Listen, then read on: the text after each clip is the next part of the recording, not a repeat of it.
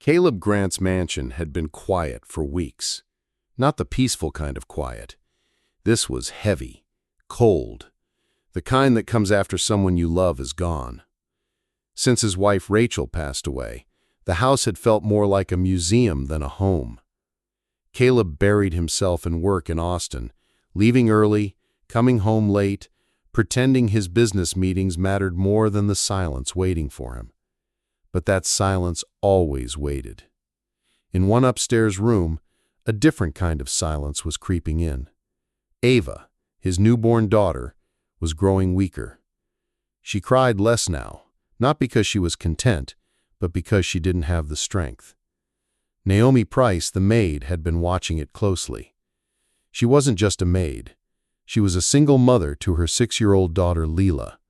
She'd seen babies cry, get fussy, refuse food before, but this was different. Ava's tiny body was tense, her cries weak, her little fists trembling as if she was fighting a battle Naomi couldn't see. The formula bottles were stacked neatly on the dresser, but each one ended up the same, cold, untouched, rejected. Naomi had tried everything, rocking, singing old lullabies, pacing the floor, but Ava kept turning her head away from the bottle. Naomi's chest felt tight. This wasn't just another shift. She'd raised Leela mostly on her own. She knew what it looked like when a baby was in trouble. Ava was fading, and no one else in this big house seemed to notice. She looked down at the baby in her arms, her eyes filling with worry. Ava's cries were softer now, almost too soft. Naomi's heart pounded. And then she felt it. A familiar ache in her chest, a warmth she hadn't expected. It had been months since she stopped breastfeeding Leela, but her body remembered. Her breath caught. This wasn't her baby. This wasn't her place. She thought about Caleb. She thought about what people might say, but then she looked at Ava's face, pale and struggling, and her heart made the decision her mind was too afraid to make. Naomi hesitated only for a moment, then unbuttoned her uniform just enough to guide Ava close. The baby's lips almost immediately latched, instinctively. Naomi gasped, not from pain, but from relief. Ava's body softened in her arms, her tiny fists unclenched, her breathing slowed. Naomi felt tears slipping down her cheeks before she realized she was crying. She whispered softly, "That's it, sweetheart. Just eat. You're okay." The room was quiet, but this was a different quiet. Warm, alive. Ava's small chest rose and fell against her.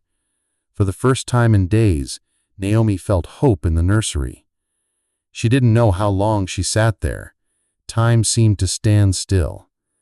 She thought of Leela, of nights she had gone without food to make sure her little girl ate. She thought of all the lines she was crossing right now, but looking at Ava's peaceful face, she knew she would do it again if it meant saving her.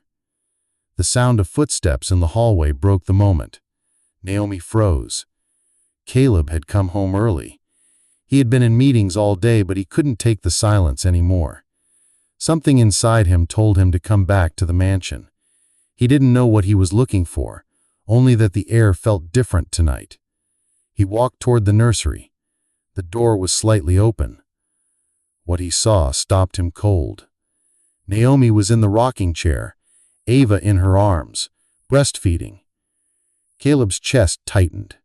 Shock, anger, confusion, all of it hit at once. "What the hell is going on here?"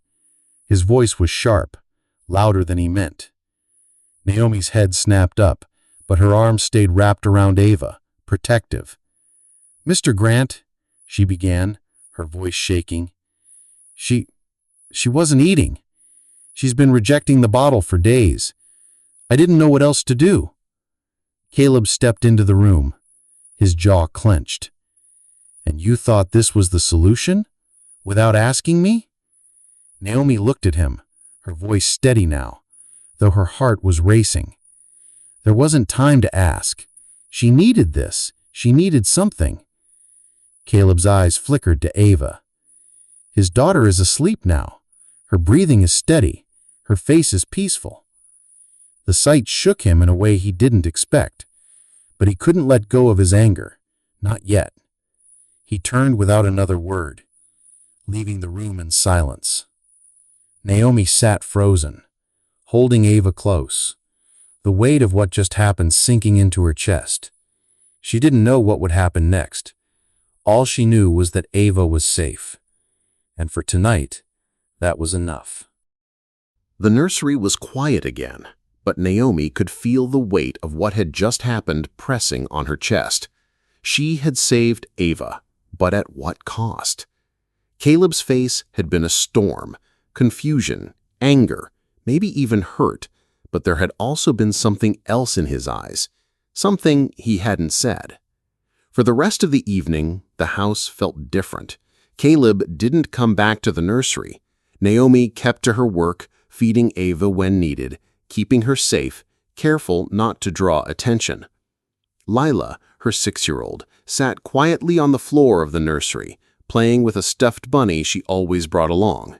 She didn't understand the tension in the air, but she could feel it. The next day, Caleb didn't speak about what he saw. He left early again, returning late, as if burying himself in work would erase the image burned into his mind. Ava, safe in Naomi's arms. But something had shifted in him. One afternoon, Caleb came home earlier than expected. He was halfway up the stairs when he stopped. From the nursery, he heard a small voice humming. He peeked through the slightly open door. Lila was sitting on the floor, her small fingers gently squeezing Ava's hand. On the window above them, fogged from the afternoon humidity, she had drawn 2 big letters, L and A. "Lila and Ava," she said softly, almost like a secret. "We're sisters now." Naomi turned from folding laundry, startled to see the writing. Her heart ached. She knew this was dangerous. Lila was forming bonds that might be broken at any moment. But when she looked at her daughter's innocent smile, she couldn't bring herself to correct her. Caleb, standing outside the doorway, felt something tighten in his chest. The sight should have upset him, someone claiming his daughter in a way that wasn't theirs. But it didn't. It felt right, or at least it felt needed. He stepped back quietly before they saw him. That night, Caleb couldn't stop thinking about it. The truth was, the house had been different since Naomi and Lila came into their lives. Before, it had been a place of silence and grief. Now there was laughter, movement, life. The following morning, Caleb walked into the nursery again. Ava was sleeping, her small chest rising and falling softly. Naomi was sitting in the rocking chair, holding a book while Lila sat cross-legged at her feet, reading out loud in dramatic voices. Caleb lingered at the doorway. Naomi looked up and saw him. She tensed, remembering the way he had reacted days ago. "Mr. Grant, I can—" But Caleb held up his hand. His voice was softer this time. "She's sleeping well now?" Naomi nodded slowly. "Better than she has in weeks." Caleb's eyes went to his daughter. For a long time, he just looked at her, saying nothing. After a moment, he spoke again, his voice low. I haven't held her since the funeral." Naomi's hands stilled. She didn't say anything, but the silence spoke for her. Caleb stepped closer, almost uncertain. "Do you think she would let me?" Naomi's voice was quiet. "She would." Carefully, Naomi stood and placed Ava in his arms. Caleb held his daughter, his movements stiff at first, but as Ava stirred slightly and then settled against him, his shoulders dropped. Naomi saw it in his face. The walls he had built were starting to crack. For the first time in a long while, Caleb stayed in the nursery. He didn't speak much, but he didn't leave either. Over the next few days, little moments began to change things. One afternoon in the garden, Caleb invited Naomi and Lila to eat outside. It wasn't planned, just sandwiches, apple slices, and lemonade on the patio table. Lila laughed, running barefoot through the grass, while Ava lay in her stroller, calm and curious. Halfway through lunch, Lila accidentally spilled her cup. Lemonade splashed across the table, soaking a napkin. "Oh no," she cried, grabbing another napkin to clean it. She looked over at Ava, who made a small sound, and Lila grinned.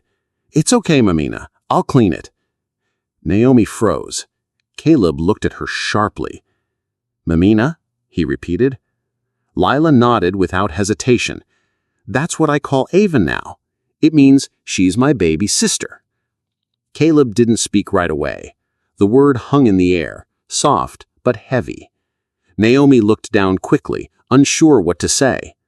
But Caleb didn't correct Lila. He didn't scold her. Instead, he just refilled her cup quietly and said, "Be careful, you don't want your Mamina to get sticky." Lila giggled, and Naomi blinked, feeling her chest tighten. Something was changing in the house. The silence was no longer cold, it was starting to feel like home again. The word Menina didn't leave Caleb's mind. He caught himself thinking about it in meetings, on late drives home, even in the quiet moments when he stood in the nursery doorway watching Ava sleep. He had never expected Lila to see Ava that way, or for it to feel so natural. Days passed, but the air in the mansion felt different. The grief was still there, but it wasn't swallowing everything anymore. One evening, Caleb stood in the hallway outside his office, pacing. He had been turning a decision over in his mind for days, and now it felt like the right time. He knocked on the kitchen door, where Naomi was rinsing dishes. "Do you have a minute?" he asked. Naomi turned, wiping her hands on a towel. "Of course." He gestured toward the sitting room, and they walked in. Caleb didn't sit right away. His hands were tucked in his pockets, his shoulders tense like a man trying to figure out how to say something he'd never said before. "When Rachel died," he began, his voice low, "I thought the best way to survive was to keep everything exactly the same. No changes, no risks. Just silence." Naomi listened quietly, unsure where he was going. "But I was wrong," he continued. "This house felt dead. Ava was alone, and I was too. You," he hesitated, glancing at her, "you changed that. You and Lila brought life back into this place. You didn't just care for Ava. You gave her warmth I couldn't give." Naomi's hands tightened around the towel. She didn't speak, afraid of saying the wrong thing. Caleb took a slow breath. "I don't want to go back to the way it was.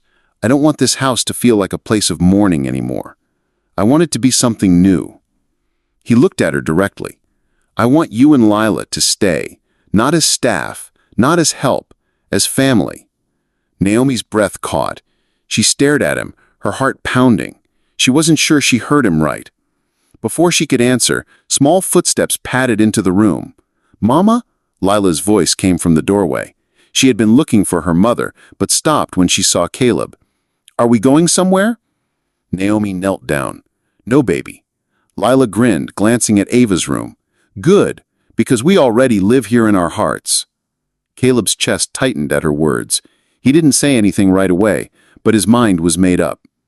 The next days passed quietly, but the shift was clear. One afternoon, Caleb opened an old drawer and found a photo of Rachel holding newborn Ava. His hands shook as he looked at it, but instead of putting it away, he placed it on the piano. Beside it, he set a new photo Naomi had given him. Ava in her arms, Lila hugging them both, all three smiling. It wasn't about replacing the past.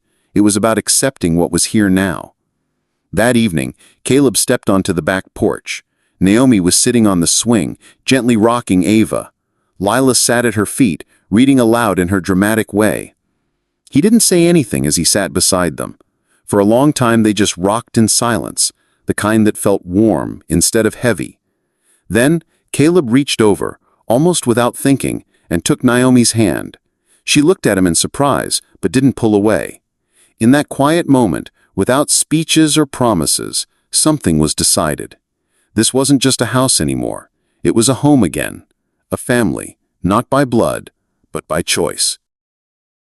If you were touched by this story, please take a moment to like this video, subscribe to our channel, and join us in sharing good stories that matter. Thank you for watching. We'll see you in the next story.